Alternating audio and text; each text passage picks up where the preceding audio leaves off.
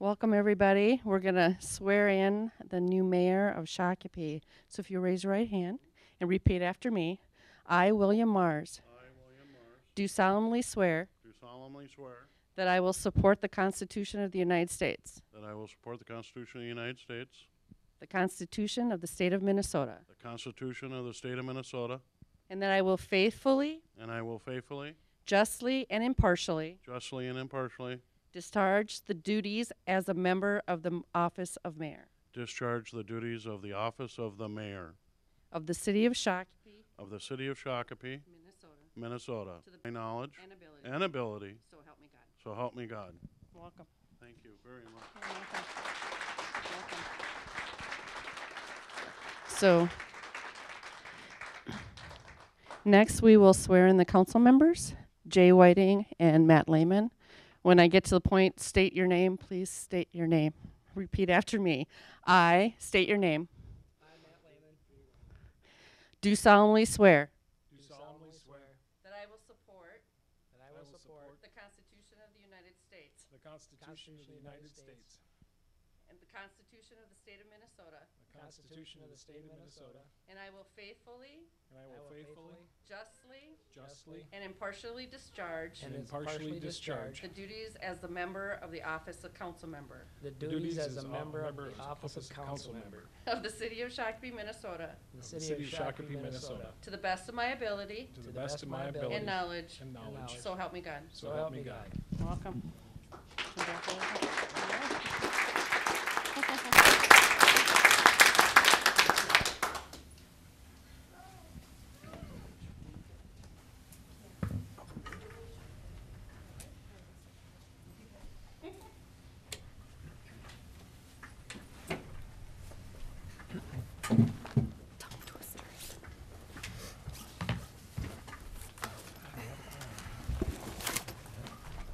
Yes, we do.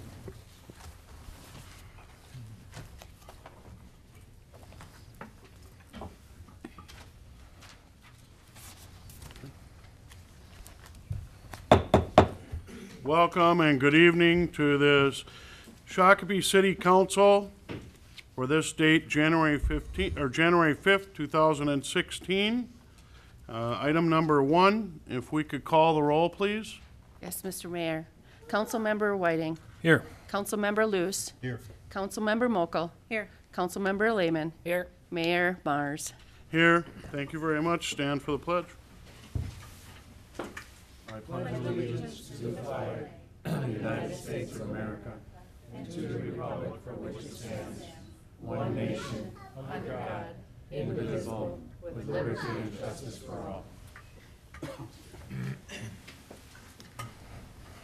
Thank you. Before we begin, I would like to thank Mayor Tapke for his efforts over the last many years. I did just tell him moments ago, go enjoy your time.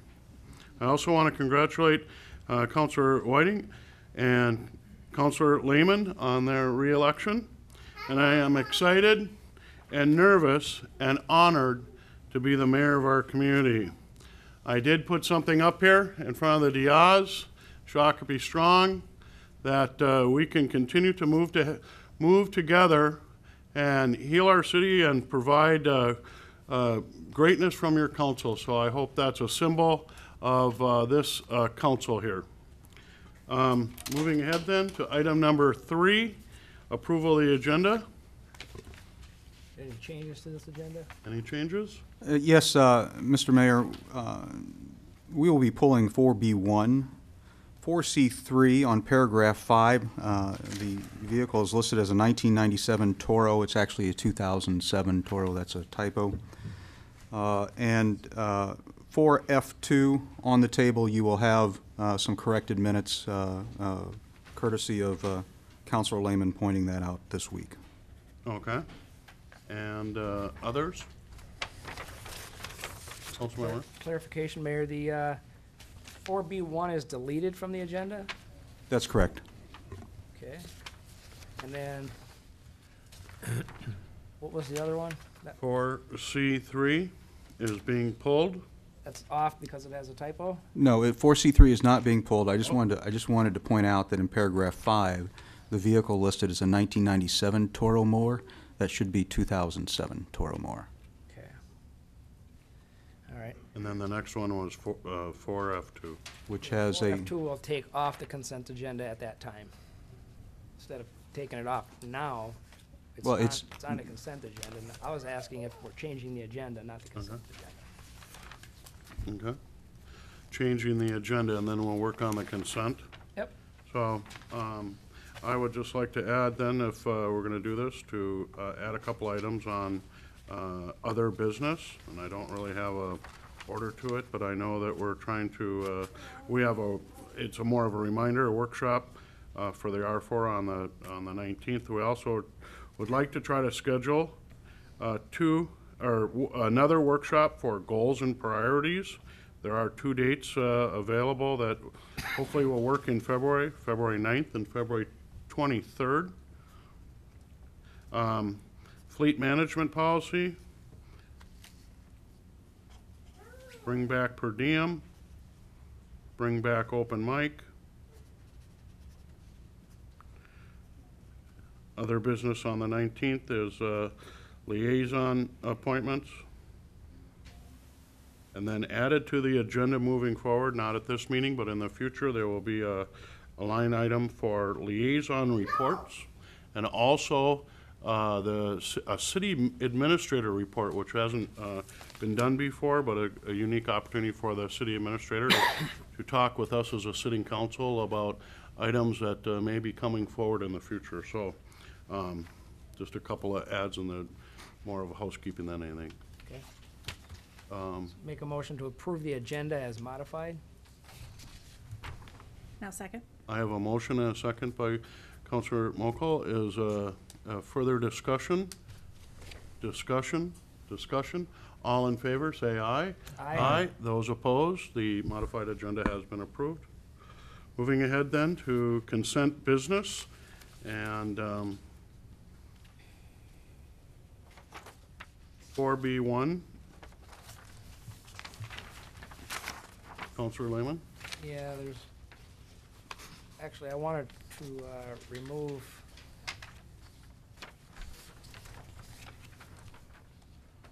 or F5.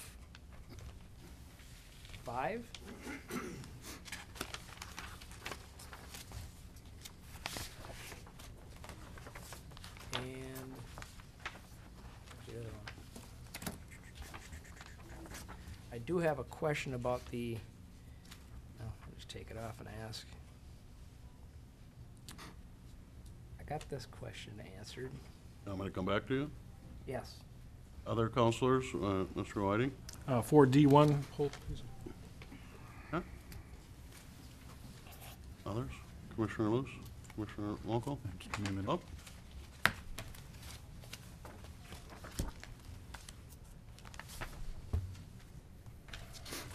Stay on there. All right. I'd like to pull 4F1, just to talk about it. F1. And then after we okay this, I would just like to talk about 4B2 before we vote. you want 4B2 off? No, I want to just have a little discussion before we vote to say yes. No, it's either on or off, So it's off. so it's off. Okay. Okay, That's fine. That's Yep. fine. Matt? The city council minutes, the vote tally on the bond sale was 5-0. It was actually 3-2. We made that correction. That was the only correction, so And that's on the table? it's on the table. That was the only correction, that's correct? Then I'm okay with that as long as that's the only correction being on consent, if everybody else is. Yeah. Okay, so that can remain on consent then. Okay. More, less? Matt? I'll move the consent agenda as modified. Okay. Second. I have a motion and a second. And Mr. Reynolds, then, the modified consent. Thank you, Mr. Mayor and members of council. The consent agenda items for January 5th of 2015 are as follows. 4C1 authorizes the purchase of 6 SUV police interceptors from Nelson Auto Center in the amount of $178,379.70. and one new Chevrolet Equinox from Ranger GM in the amount of $22,195 to be paid from the Capital Equipment Internal Service Fund. 4C2 authorizes the purchase of 2 pickup trucks from Ranger GM in the amount of $38,564.12, and accessories from Aspen Equipment in the amount of $10,016.34 to be paid from the Capital Equipment Internal Service Fund, and declares 4 vehicles as surplus property and authorizes proper sale or disposal of these vehicles. 4C3 authorizes the purchase of 1 new Toro 5910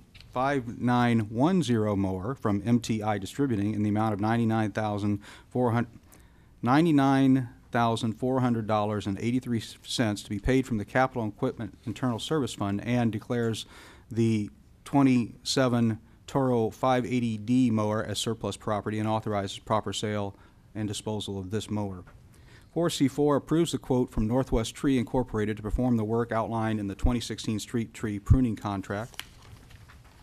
4F2 approves the minutes of the December 15th and 17th, 2015 meetings. 4F3 designates the Shakopee Valley News as the official newspaper for the city of Shakopee for the year 2016.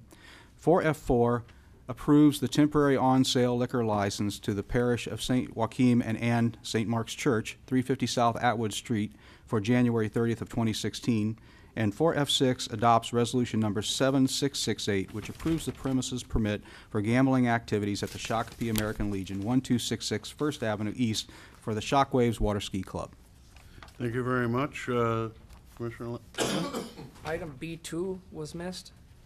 That's on consent. Actually, Yep. Councilmember Luce pulled that. pulled that. B2 is on. B2. Okay. Yep. All right. We good? Yep. So the read of the consent agenda. I don't believe any discussion. All in favor, say aye. Aye. Aye. Those opposed, motion carries. Thank you very much. Moving ahead to 4B1.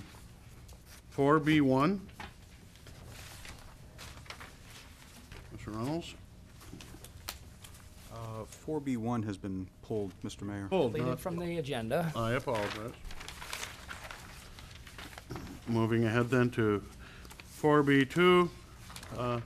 Sir, we'll need to recognition and involve citizens by city council. Oh, I thought that had been eliminated. No. I apologize. So at this time then, we'll recognize any involved citizens that would like to come to before the city council and speak on an item not on the agenda, but has city purpose. Please come forward, state your name and address for the record. Seeing none, thank you very much.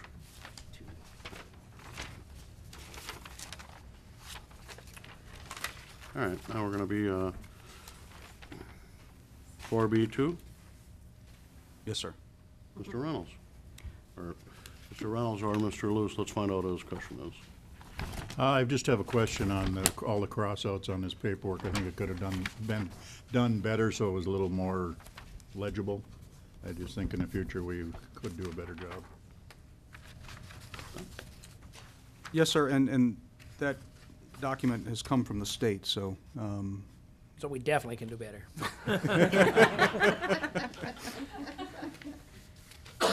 All right. Other questions in regard to this matter? Nope. If not, then I'll entertain a motion. Commissioner Lehman? I'll for resolution 7666. Don't like the 3 6s, but move its adoption. I have a motion Second. and a second by Councilor Whiting. Further discussion? Just for the audience, Mayor, it's basically changing the times and the financial functions of agreement we have with the Southwest Metro Drug Task Force. Pretty standard stuff. Thank you. Further discussion? Discussion? All in favor, say aye. Aye. Aye. Those opposed, motion carries. Thank you very much. Moving ahead to 4D1. Mr. Reynolds. thank you, Mr. Mayor. It's with great pleasure that I announce tonight our new candidate for Finance Director, Mr. Darren Nelson. who comes to us with a distinguished background. We're delighted to have him, and he is available here to introduce himself as well, but I know that council members had wanted to speak to the issue. So. Well, great. Commissioner Whiting? Yeah, thank you. It's just a great opportunity to welcome Mr. Nelson to the team here. So thanks for joining us tonight, too. Welcome, and look forward to working with you. You have an extensive background. I think it was the city of Fridley and Minnetonka and other places. So thanks for being here, and welcome. Thank you very much. Was there any report from the hiring committee, or? Councilmember Luce? Councilmember Mokel? I just appreciated meeting Darren. I liked his teamwork aspect of what he brought to the table, as well as working for Fridley and working with a lot of the tax abatement bonds in the TIF districts. So. Councilor? I took the liberty to spend some time looking over the budgets of Fridley and how they were prepared and some of the items that Darren worked on. I actually like the way they lay out their budget. So I don't know what part of that we incorporate, but or if any. But I did like it, reading it, because it was pretty straightforward, and I appreciate that. Welcome to Shakopee. Where is he, by the way? He's becoming better. He's learning right where to sit. Hiding. Yeah, we're going to put you front and center, so don't try not to hide in a corner. But I'm looking forward to working with you, and you know, hopefully they've already showed you how to work the printing presses downstairs that nobody knows about. Thank Welcome. you. Thank you very much. Thank you, Mr. Mayor, council members. I appreciate the opportunity. I look forward to the challenges that lie ahead, and ready to hit the ground running, and learning not to sit right behind the monitors. Like I see why everybody was sitting on this side of the room. So thank you very much. I look forward to that. Welcome and congratulations. We welcome you to our city and to our community, and hope for a great long-term relationship with you, and thank you. Absolutely. Thank you very much. You bet. Any other comments? I'd just like to say for the record that his resume speaks for itself, so that's why I didn't say too much. And most of that is true on there. So I Fit right in.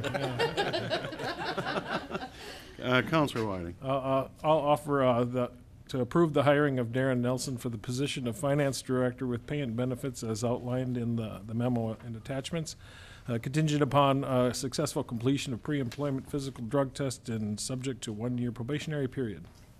Councilor Mokel? I'll second. Great. Further discussion?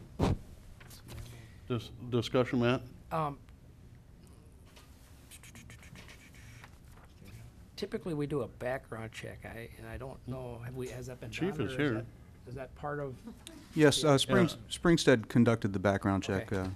There were no issues whatsoever. Nothing personal, just trying to follow the basic policy. More discussion? No. Discussion? All in favor, say aye. Aye. Those opposed? Motion passes. Thank you so much, and again, welcome. Moving ahead to 4F1, the city bill list. Councilor Luce? The reason I pulled this one is, I don't know why we're going to Minneapolis to get our engraving and our plaques done. We've got a shop right across the alley. It makes no sense. Okay. I Mr. Reynolds? believe that they're located in Shakopee. Matter of fact, I'm almost sure, but I'll get that information for you. When I The Googled- name is Minneapolis Engraving, I believe is the case. Green Arrows Engraving, and the Okay. information I pulled up said they were located in Minneapolis. They didn't show a Shakopee site. I'll find out for you, sir. It's the same vendor we've used for, I believe, 20 years, but I'll figure it out. Other items? Discussion? Let's, Councilor? need to approve the city bill list. Yep. Well, we had to pull it, and I have a question, and now I'm asking if there's more questions. Otherwise, we're ready to entertain a motion that you're going to make. Thank you. Motion to approve the bills and the electronic fund transfers in the amount of $2 or so. All right, $1.297,857. Payroll transfers in the amount of $987,124.16 for a total of $2,284,981.56. That's too much money. I'm gonna withdraw my motion. All right. No, I'm just I have a motion. Second. I have a second. Councilor Luce. Discussion? All in favor, say aye. Aye. Those opposed, motion carries. Thank you very much. So, 4F5 was absolutely pulled, right? It I took it off the consent. it was taken off consent agenda. Okay, so let's talk about that. Questions? Mayor, I took it off consent because I would really like to have our discussion at our workshop that we're having on the night, Yep. the 19th. 19th that we're having it? Yep. Okay. It's a 2015 calendar. Can we get the calendar replaced too? We will. Yes. I'm looking at it going, 19's a Monday. I'd really like to have this discussion after we have the workshop discussion on R4 and stuff on the 19th, because what comes out of that might have an impact on this. Also a little concerned, we don't even have a project. We just basically have a project that we don't see the project asking for assistance. I guess I'd like to see it all at once, and I'd like to have the workshop first. Commissioner Lewis?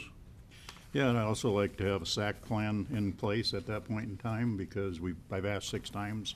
Yeah. It hasn't come across yet. If we're gonna be continually handing these out, it makes no sense. We should have a revolving checkbook with this so that they can use it, and then we get it back and somebody else can use it.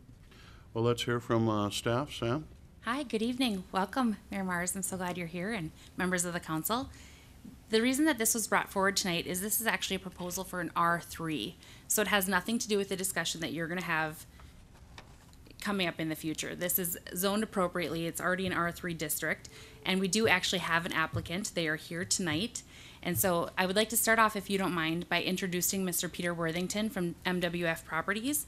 After he's completed his presentation, talking to you about the project, then I'd like to go over a presentation, if that's all right. Okay. Thank you, Sam. Welcome, and please state your name and address for the record. Sign in, and welcome to Shakopee. Thank you. Peter Worthington, 7645 Lindale Avenue South.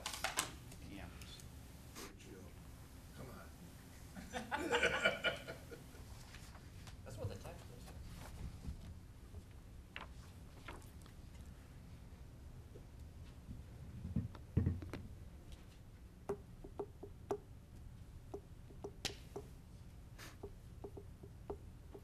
Thank you. I just would like to take a few minutes of your time to explain what we're talking about here.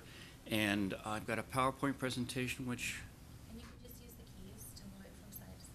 I think that's easier for me. I'll show you. You're gonna love it. Oops. You can just use forward and back. Okay, all right, thank you. Okay, so we're with MWF Properties. We're a affordable housing developer based in Minneapolis. The site we're talking about is just south of 169, just east of Marshall. It's near the Target off of Sarazen. It's part of a 10-acre, approximately 10-acre parcel. We're acquiring the whole parcel, much of which is under a utility easement for the power lines, but there's about 4 or so buildable acres in front. What we're proposing, so why this location? It's zoned for high-density residential. It scores well in some key criteria for the housing tax credit program through which we develop, and I'll get into that in a couple minutes. And it's a great location for multifamily housing because it's near services, shopping, and transit. The project we're talking about would be 57 units on 3 stories over underground parking, 25% 1-bedroom, 50% 2-bedroom, 25% 3-bedroom apartments, ranging from 675 to 1,120 square feet on average. The rents would be, as you see there, $750, $875, and $1,100 for the 1, 2s, and 3s. Total development cost is in the range of $13.1 million. We're still working through the numbers, but that's about what it would be. And the fee waiver we've requested, or the financial assistance we've requested, is $290,000. This property will have a full-time on-site property manager. We'll also have caretaker and maintenance person on-site. We are required to keep investing in the properties. We maintain them. We're long-term owners. The properties will get inspected throughout the year, not only by ourselves and our staff, but because we develop through the tax credit program, we have requirements to be inspected by the state. All right, so what is the Housing Tax Credit Program? It is the program by which federal income tax credits are allocated to the states primarily to help support the development of middle-income housing that would otherwise not financially support itself. Tax credits are granted or allocated to each state that has its own process for allocating or granting those credits. The credits are granted in exchange for providing housing with limits on income and meeting certain rent requirements. In Minnesota, the awards, the tax credits are awarded annually on the basis of a highly competitive process using scored criteria that are established by Minnesota Housing. The sad fact is, without the housing tax credits, most of the middle market housing, rental housing that's built these days would not get built. Only about 1 out of 3 applicants is successful in Minnesota. It's a very competitive application process. One of the scored criteria has to do with, favors communities that will provide financial support to these projects. You get points for that. You get various numbers of points depending upon the level of contribution. In recent years, projects that don't have points in that category do not get the awards. Without the awards, the projects don't get built, the housing does not get created. There are a number of options for local financial participation, the most common being TIF, but fee waiver is another, and there's some other variations on it. Some recent examples in other communities, and you can see the magnitude of the financial contributions. There's $500,000 in TIF. There's $1 million in Roseville with some SAC credits. Maplewood had $716,000. Golden Valley $500,000. Minnetonka over $1 million. Prior Lake approved one, although that project didn't happen because it didn't get a state of the approved level, but the city approved that type of financial support. One advantage to a community for the support being provided via fee waiver versus TIF is that with a fee waiver, once a project is built and starts paying property taxes, those taxes get collected right away, as opposed to a TIF where it's the increment doesn't get paid until the end of the TIF note. The amount of the waiver that we've requested is the absolute minimum to get 2 points, which is the lowest number of points you can score in that category. We feel pretty confident that with those 2 points, this will be a very competitive project and very likely to be awarded credits. So what are the benefits to the city? I mean, there's the obvious of creation of some new high-quality rental housing for middle-income families. We expect to be paying top property taxes in the range of $60,000 a year. Although part of our fee waiver request is a waiver of 48% of the park dedication fee, we'll still be paying 52% of that, which is $132,000, works out to $2,300 a unit, or if you look at it in terms of how many buildable acres we're going to work on, it's about $33,000 per developable acre, significant amount of dollars. We'll also be paying other fees, the inspection fees that total up in the range of $162,000. So substantial monies will still flow to the city.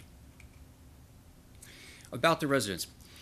In exchange for the credits, we have to comply to the rules of the program. Income levels will be limited to a maximum of 60% of the median area income for Scott County as established by Minnesota Housing. So in this case, that means that the maximum incomes will range from $36,000 to $60,000 depending upon household size. As I said earlier, the rents will be $750, $850, and $1,100. The minimum income, which is not dictated by the state but is a function of good business practice, minimum incomes are based on the concept of nobody should be paying roughly more than a third of their income to housing. So we establish minimums that would be $27,000 to about $30,000 based upon the size of the apartment. 27 for a 1-bedroom, it's about 31 for a 2 and 37 for a 3. That's standard business practice. It's true for us as well as for non-tax credit housing projects. Our residents are responsible for paying their rent. The rent is not paid by others. This is not Section 8 housing where the money comes from the government. Everybody's responsible for their own rent. We screen our prospective residents to make sure that they have the ability to pay, and we use the same principles in screening residents as market rate or non-tax credit housing projects do. We do criminal and background checks just like market rate would. Any resident who displays illegal activity or is disruptive, they'll be evicted. We have no tolerance for people that are going to disrupt our communities, and we have no business incentive to do so. This is just a quick snapshot of the profile of one of our communities. This one's in Forest Lake. It just gives you an idea of the types of jobs that people have. We're not disclosing incomes because there's privacy issues here, but this project has the same type of income limits and rent limits as the one we're talking about, and you can see the types of jobs that these folks have. A little bit about us. We've been developing workforce housing for over 16 years. We've got 19 projects in 3 states. We've got over 1,000 units. We have in-house management, so we do our own screening, we do our own property management. We're long-term owners. We've never sold a property. This is a snapshot of a fairly recent project, the one I profiled a moment ago. It's in Forest Lake, and I picked one that had a winter scene because after all, it is now winter. This project was completed in 2012, but we're currently constructing phase 2. So in summary, we'd like to bring 57 units of new, affordable, rental, middle-income family housing to Shakopee. Develop an area that's zoned for what we want to do. We need a modest amount of city support in order to get the tax credits to make this project possible, and we think the benefits to the city will be significant and will go on for years. Thank you. Any questions? Thank you much, Mr. Worthington. Mine first, and then maybe ask. Well, it's questions of the applicant. Mr. Lewis? What was the square footage approximately on your units? Oh, let me go back here.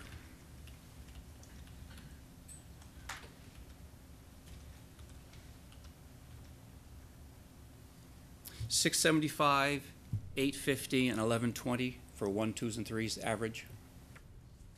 Okay, thank you. Yep. Other questions of the applicant?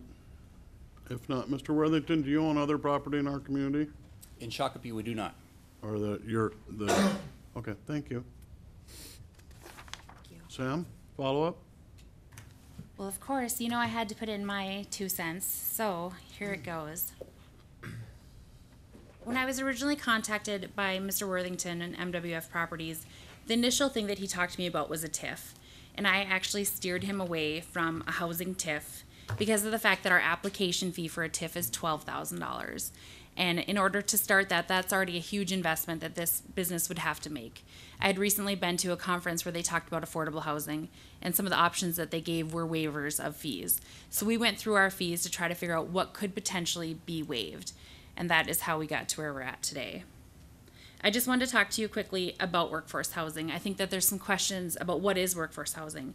And I did some research on the internet, and I found this quote, and I thought it was a great one.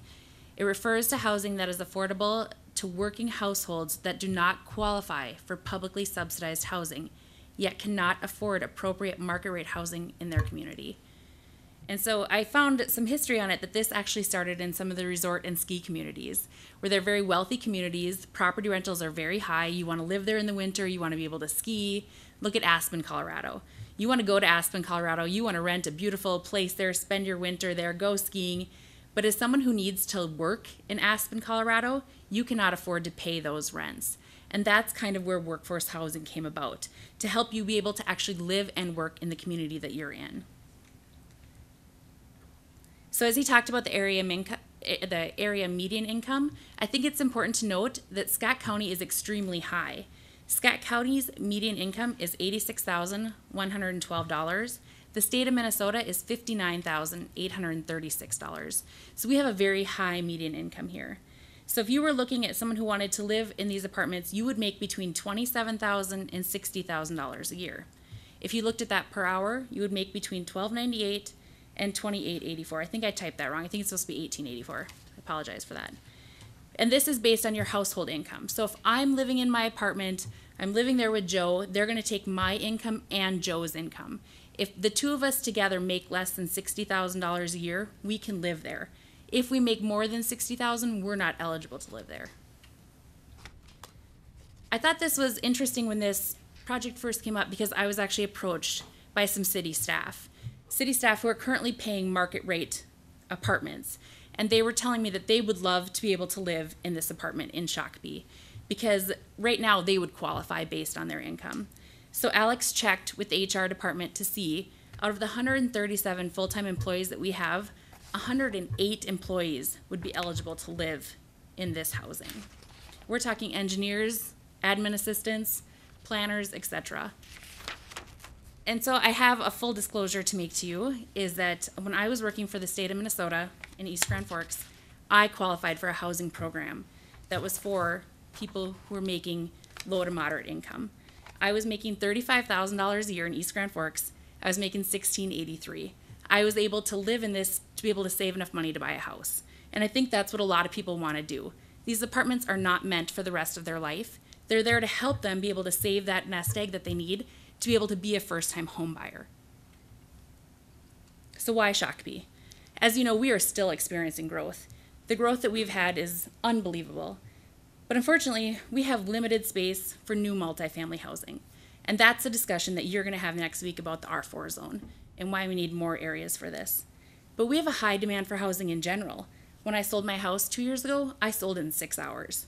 It's very expensive to live here, and houses are going quickly.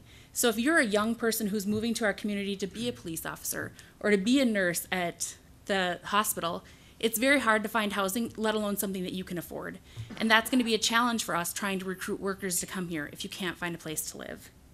We also have a large number of new employees in town. We've had a lot of expansions, a lot of new companies coming to town. We're going to need more housing, especially affordable housing. So do we have to participate? No, we don't have to participate. But unfortunately, if we don't participate, as Mr. Worthington said, we will not score high enough to be able to qualify. So Mr. Worthington shared with me, and I went to the Minnesota Housing Finance website and looked at their application. And it asks right on there, if you're getting contribution from your local community. This is not the first time that we've seen the state ask us for a local contribution. With all of our MIF loans that we've gotten, we've had to have a local contribution. We've done tax abatements or TIFs. So the state is not giving you money unless you're participating as well. So I went through and looked at the last round that they did. In 2016, they did round 1. And I think it's interesting, and I can show you on the document camera. I think you're wondering, well, why is Mr. Worthington here so early? If it's early in the project, why is he here so early? You can see that round 1, the application date was June 18th of 2015, and they awarded it on October 22nd, 2015. This is for 2016 round 1. So we are just entering 2016, and they awarded that in October. So you have to be on the ball and submit these. I counted applicants. 59 applicants applied for this. Only 18 were awarded. So the chance that you're going to get this without participating, it's not going to happen. Then I checked with some of our neighbors because there's some new housing going on in Chaska. They participated with a TIF. We checked in Hopkins. They did 50% of their park dedication, and they waived some fees. Mound, they actually had some property that they gave as their match. That was pretty common. I saw that in Minneapolis. Alex, bless his heart, went through and found all these for me. Hastings sold their land for $1. So I had talked to Mr. Worthington about some land that we own. The city actually has some land out by 69-169. And I said, could that be a potential to give to you? Unfortunately, with these properties, you have to be in a certain demographic. The area around them has to make a certain income, and you have to be near transportation. So that made our land out at 69-169 not a viable option. So I have a picture similar to what Mr. Worthington showed, but I wanted to circle the area, or box in, I should say, the area of the transit station on Marshall Road. This makes this housing here fabulous. If we have a student who's going to the U of M and who's working, they could work at Amazon, they could get their credits to go to the college, they could live here. That would be a perfect spot for them to be able to take a bus downtown. And also, I tried to circle the housing. The housing in that area meets the income that it needs to have. This is a great location. I'm very glad that they were able to find it. Here is the picture of the elevation that we had seen early on. I'm not sure if they're still thinking this elevation, but as you can see, it's a very nice looking apartment. People would want to live here. So what they're asking for is 57 city SAC units valued at $20,075. 57 Met Council units valued at $141,645, and a 48% reduction in their park dedication fees. So you can see that they would still be paying $132,070 and $121,280 would be waived. I did want to speak about our SAC credits. The reason that I've actually held off on this is because I was out for a little while, but also because if you decide to award these tonight, then going forward, the only program that we would have here in Shakopee would be a low interest loan program, because the amount of credits needed would basically wipe out what we have left. Our balance in that fund is $190,025, so we would maybe have $40,000 left, and we could put that towards low interest loans. So this would basically be the last grant that you would give out. Anyone in the future who would want any SAC credits would have to come in and request a low interest loan. You would be able to negotiate with them, or I would negotiate with them on the interest that they paid, how many years they'd pay back, but everybody would get a loan. We would not do any more grants. This would be the last one that we would have money for grants. And that is my spiel. Do you have any questions for me? Yeah, questions, comments?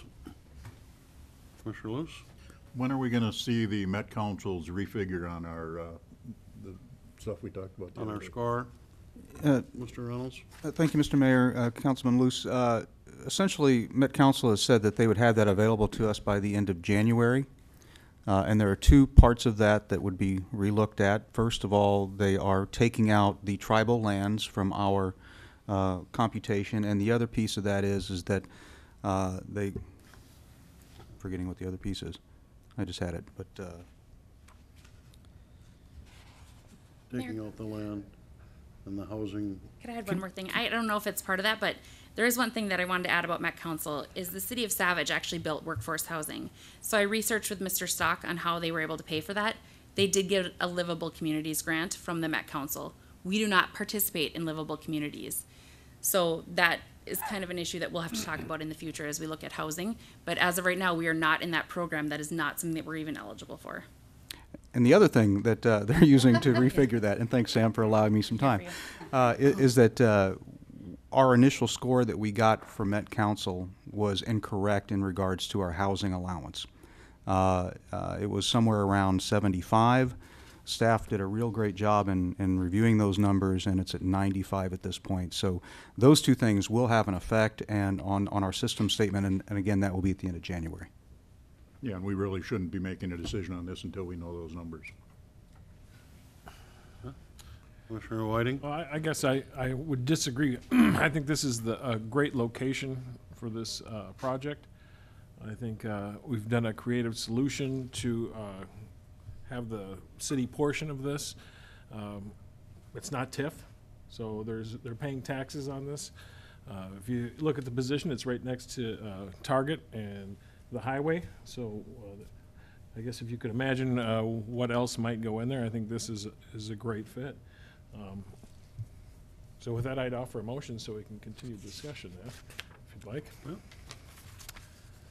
I would offer motion, resolution number 7656, a resolution of the city of Shakopee authorizing the waiver of 48% of the city park dedication fees totaling $121,280 and the waiver of 57 sewer availability charge units valued at $27,075 in the city SAC and $141,645 in Metropolitan Council SAC, with the total waiver of fees for this project not to exceed $290,000.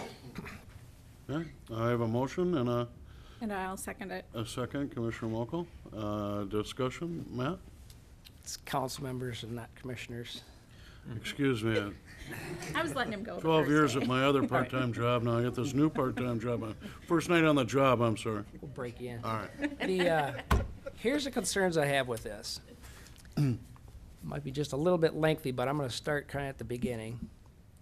We start out by giving tax incentives, lost revenue to the city, recouped by the taxpayers of Shakopee for tax incentives to businesses that create low-paying jobs. So there's the first incentive at the expense of the taxpayer. What does that create? It creates a project like this coming forward to create housing for them workers. And now we're being asked $290,000. I'll call it $300,000, $250,000. dollars. Yeah, they're paying taxes. Okay, it's $60,000 a year. How many years is it going to take? 5 years to pay that back. And we're looking at using it out of the fund, the park reserve, which happens to be a fund that we borrowed $2 million out of the building fund to prop up a park development in Quarry Lake because a park reserve didn't have the money in it to pay for it itself. So we're using a fund that ultimately the taxpayers are going to end up paying for because they're going to demand that we build some park stuff. And how is it going to get paid for? We're going to end up raising the taxes again, using it to offset what's taken out of the park reserve. So I don't support that either. The SAC credits, we've been asking for how long now to have a policy created of making it a revolving account so it's something we can use ongoing. We know we've got properties in town that are not sewered, that are septic systems, some of which were leaking or could be leaking in a highly concerning water table area of Shakopee, which we just resolved. But there's many other ones. And we are supposed to, we were originally in our policy going to use these SAC credits for that purpose of getting a lot of these properties off of the septic system, protecting our water tables, and getting them onto the city sewer system. We also talked about using these SAC credits for the businesses on a 101 corridor, especially out by Cat and some of them along there.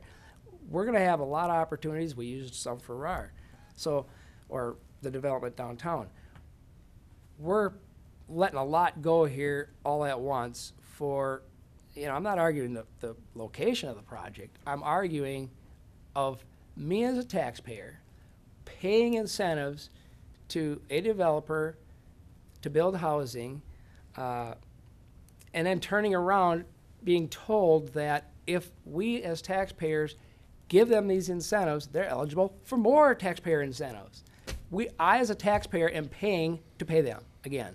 And this is ridiculous. I mean, at what point do you say, when the taxpayers are seeing 65, 40% tax increases already, and now we know we've got a late in the year, last month, adopted community center, which is going to hit us in a pocketbook for a levy increase, $1 million, $1.5 million, without operations, which is going to be another hit on the taxpayers. So at what point do we say,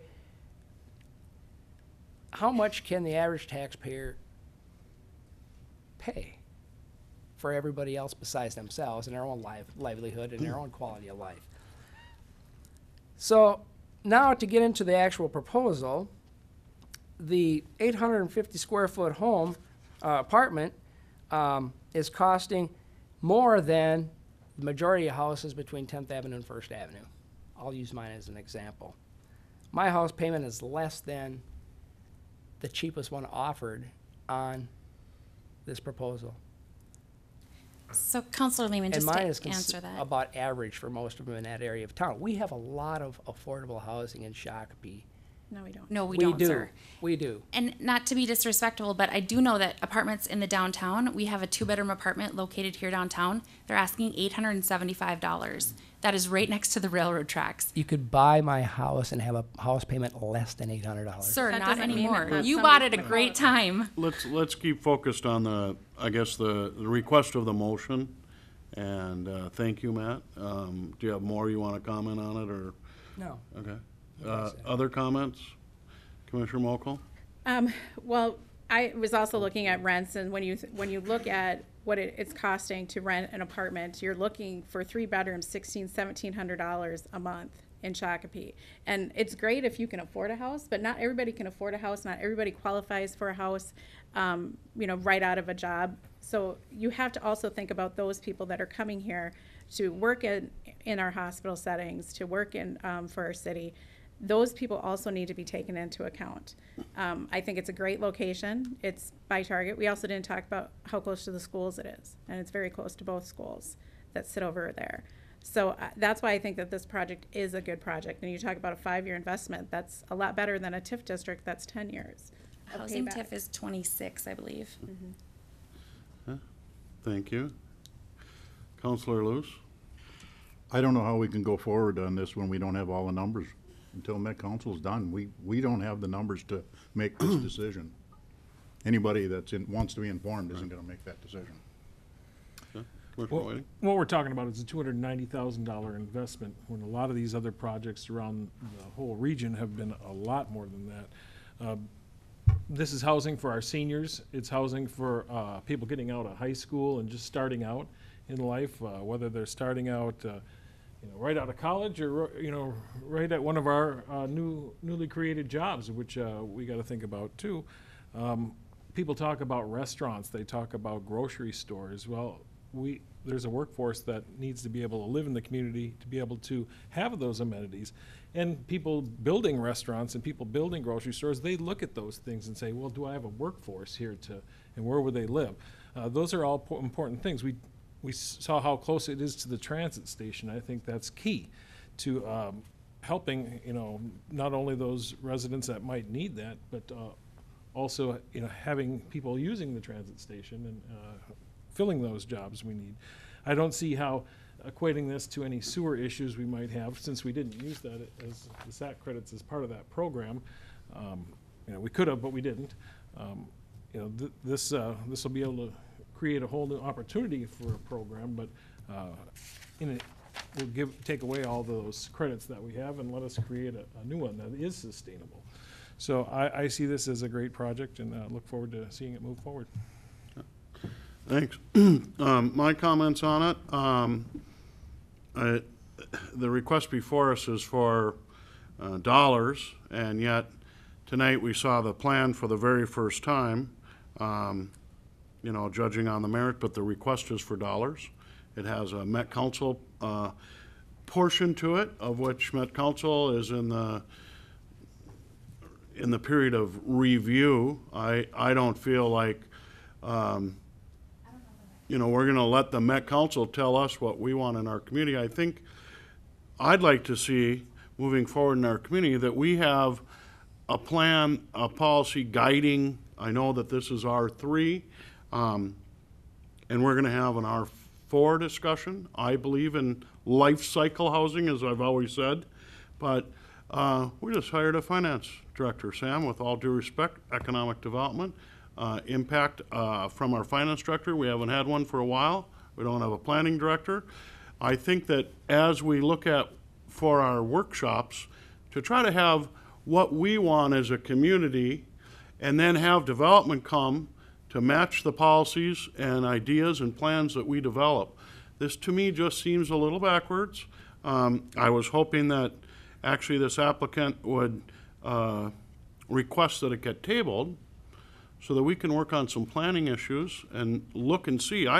Some of the merits of this proposal are fine, some aren't. I'd like to see us look at our city as a whole before we start taking on all of a sudden. It seems like there's a rush. Oh, we got a deadline by the Met Council. Well, I don't want to be dictated by the Met Council. I want to do what's right for our community. And yes, life cycle housing is important, but let's have the conversation. Let's have the plans first. And I just want to clarify, I think there's some confusion between which government agency that we're working with. This is not a Met Council program. This is a Minnesota Housing Finance Agency program. So I've heard Met Council thrown around about 10 times. Unfortunately, they're not dictating any of this. This all comes from the Minnesota Housing Finance Authority.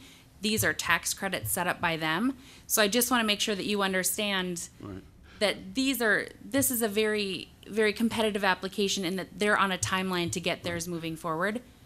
And that was my point, and I apologize with all due respect to the Met Council, but a program put forward by the MHFA has a deadline, and the developer's racing against that deadline when I don't think our community has decided or looked at or planned for what we want as a community, and that's really where it's at for me. I had hoped that he would want to table this, wait for our discussion, see how that fits in.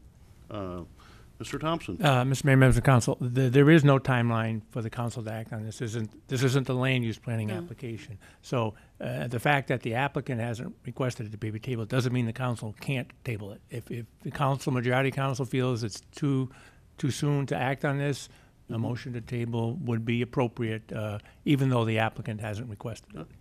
Well, back to our body here. We have a motion on the table. Commissioner I Lewis. just have a question for Samantha. Yeah. What is our SAC credit going to be left when we're done with this project if we go ahead? Excellent question, Councilor Lewis. Up on the board, I've actually been working with Melissa in the finance department. I do keep very close eye on our accounts and how much we have. At the end of this, if you were to give that away, we would have the $1.5 million remaining left over from the RAR credits that you could use to issue to other people as part of the revolving loan. Plus, I think you'd have a small amount left because we have 190,000. I think they're asking for 140,000. You'd have about $40,000. So you would have about $1.5 million that you could then use left over from the RAR credits, from RAR going off our system that we were given by Met Council to use for these type of programs. You would have that much left to create the revolving loan fund program that we talked about. Unfortunately, if Mr. Worthington were to ask, you could not offer him a low interest loan.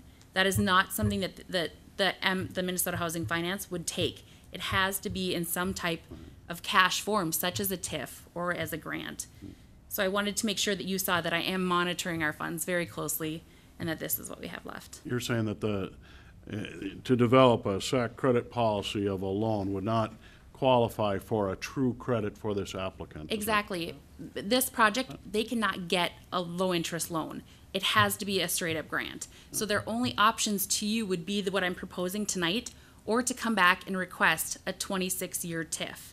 We did do a TIF for All Saints, which allowed 10 units or 11 units to be available for low income people.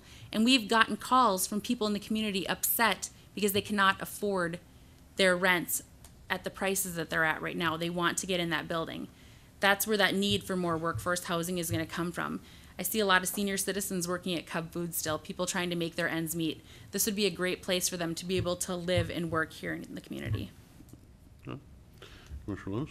Just so you know, I'm not against the project. I think the location's good. I think everything about it's good. I just think we need to table it so we can talk about it a little more. Well, right now, as it stands, there's a motion on the table, so how, Motion. I'm going to pull the motion. You can table, Mr. Mayor, a motion to table would supersede the pending motion if someone wants to make it. Commissioner, or Counselor Lewis? I'm gonna get a sticky. Yeah, pay raise, huh? I'd like to make a motion to table this.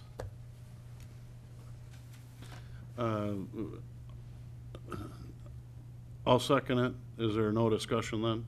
That's correct. Okay, huh? That's it? Mr. Mayor, that's correct. There's no discussion on a motion to table. There's a motion on the table for to table, and a second. All in favor, say aye. Aye. Aye. Those opposed? Hi. Motion to table carries 3-2. And you can bring back your proposal at a later date. Mr. Worthington, thank you. All right.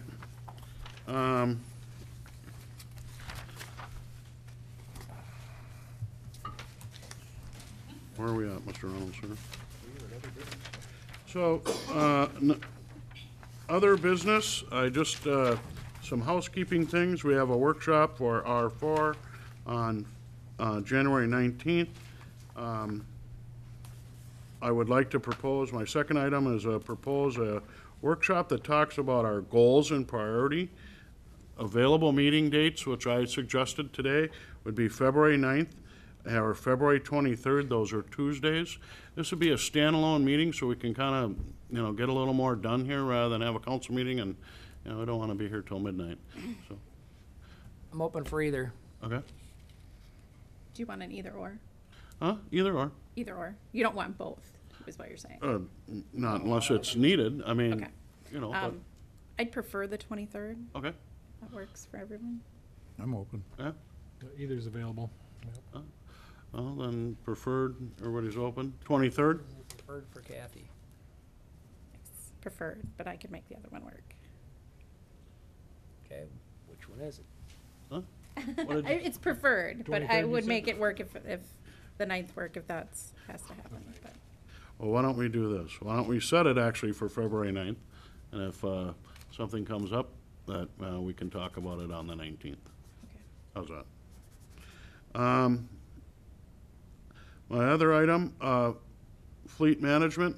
I know there was a discussion about the squad cars and the cruisers and talking about our fleet management, and I'm just see if there would be consensus to bring that back and look at it. I believe we have a 3-year on cruisers.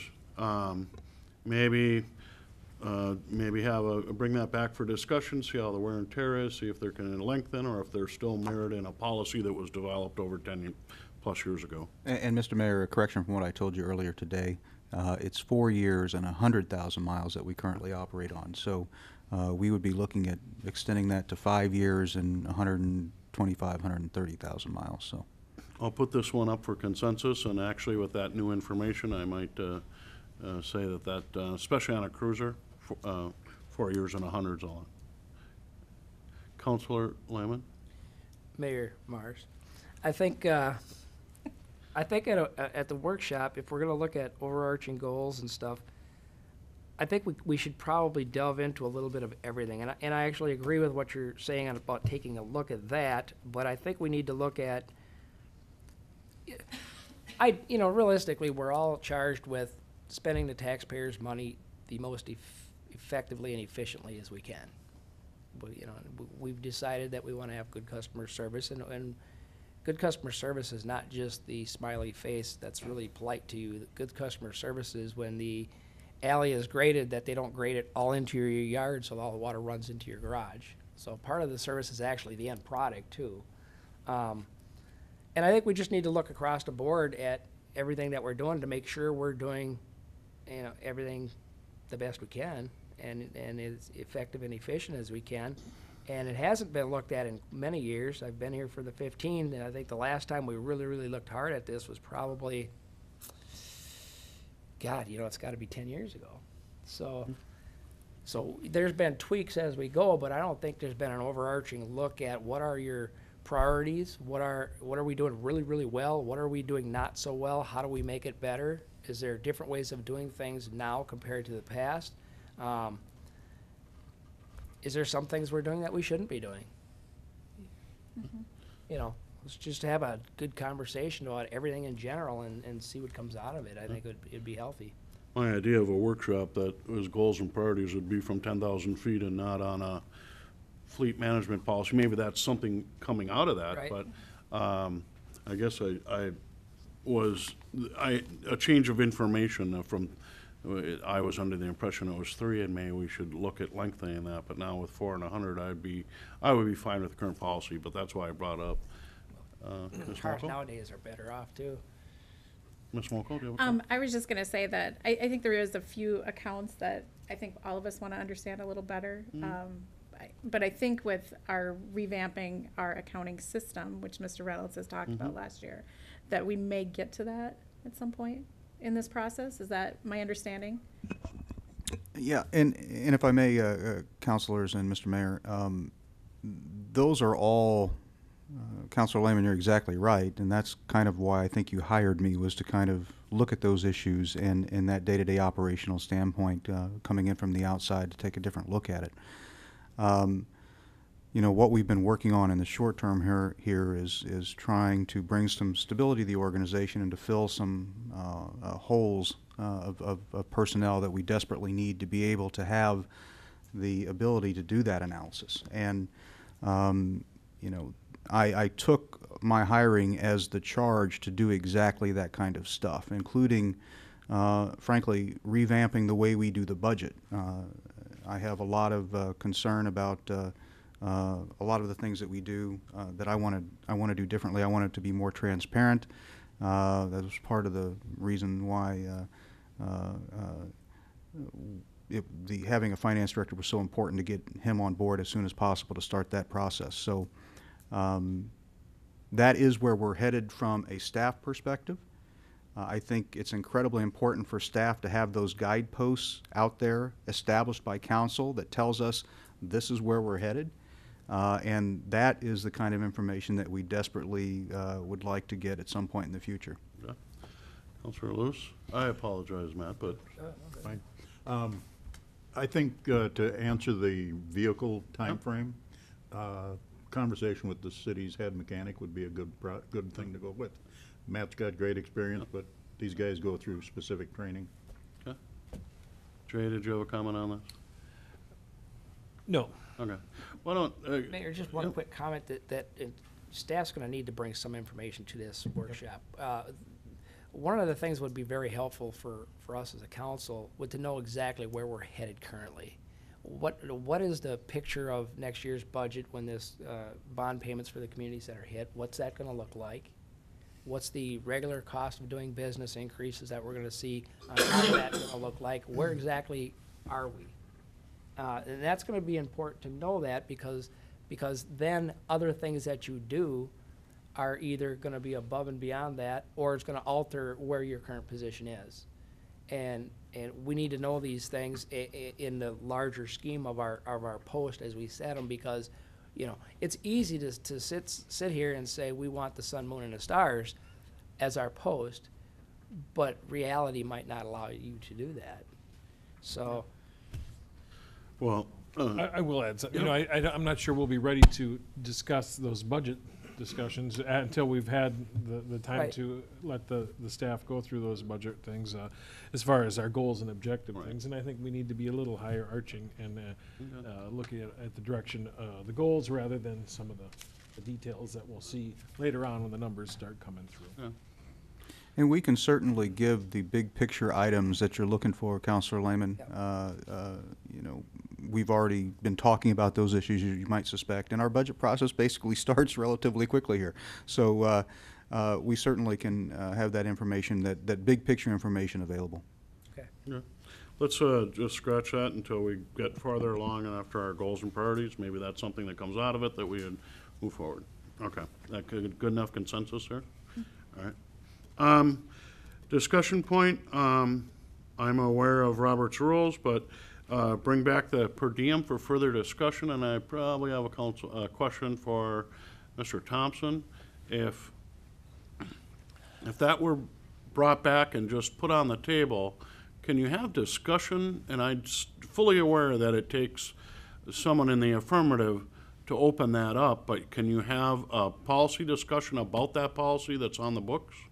Mr. Mayor, members of council, I'm trying to remember the actual, well, let me explain it this way.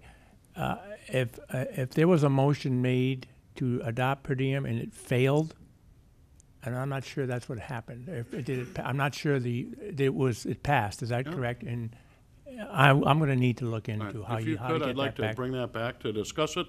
I am aware that there may be the councilors that voted for it would need to make a motion to open that, but see if they can do discussion. And maybe it's illegal. I also have one on the same note. I'd like to see that open mic was changed, and I'm protective of the process for the city, but I don't know if we gained much, but I would like to see those two policies side by side to see if there's further tweaks or enhancements that can encourage city-based discussion from residents on items not on the agenda. Mr. Mayor. Comment? Yep. The policy that was passed by the past council on the per diems, that policy is a city ordinance passage. This council is a new council. It's not bound that it takes an affirmative vote of somebody in the past council. This is a new council. Mr. Thompson, You may be absolutely Let's correct, find out. but I need to Let's look at find it. out. Let me look. I'll work with the city manager on both these issues and give you the proper advice about how to get them back before the body, if and that's what you want. respectful of decisions in the past, absolutely, and Robert's rules, so I understand that. And the same with the open mic. Coming forward then on our next meeting on the 19th, we will be looking at liaison reports, or liaison appointments. And then I brought up that we're going to add an agenda item that says liaison reports and city administrator report, so we can discuss that. Many years ago, they had you go to a meeting, you give a small brief, nothing major. If you had nothing to report, if they didn't have a meeting, no report, but I attended XYZ. This is what they were talking about. That's actually why we have liaisons, so we can keep a kind of an idea what all these organizations or activities are doing and keep the city council informed. And I also look forward and commend our city administrator for bringing up an idea that I have never seen, but I am all for the city administrator report. Look forward to that. Thank you, Mr. Mayor. Yeah, one of the big issues for me is that I love the opportunity to have all 5 of you in the same room and be able to talk to you and also bring stuff in front of the public as well.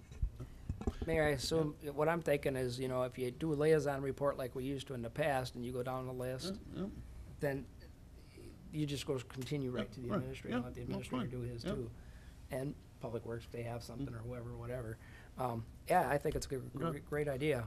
We'll give it I a- just don't wanna see it separate, so that you do liaison reports, and then later in the, after right. items, then you do No. administrative report, just kinda Right. go right down the line and get them all done. We used to have a mayor's report and things like that, and some things have gone by the boards, and I thought there was value in, hey, this is what Spuck is doing, or the school district, or something, and maybe it's I'll nothing. try not to ramble, sorry. All right.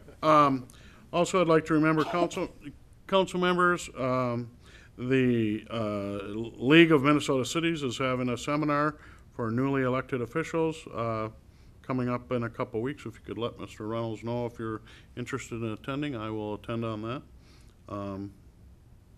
Otherwise, those are my items that I had under other business. And if there's no other business before this council, I'd entertain a motion to adjourn to Tuesday, January 19th at 7 PM. Entertain a motion? Make a Counselor, motion to adjourn to January 19th, 2016 at 7 PM. Second. I have a motion and a second. Discussion. All in favor, say aye. Aye. Aye. Those opposed, our meeting is now adjourned.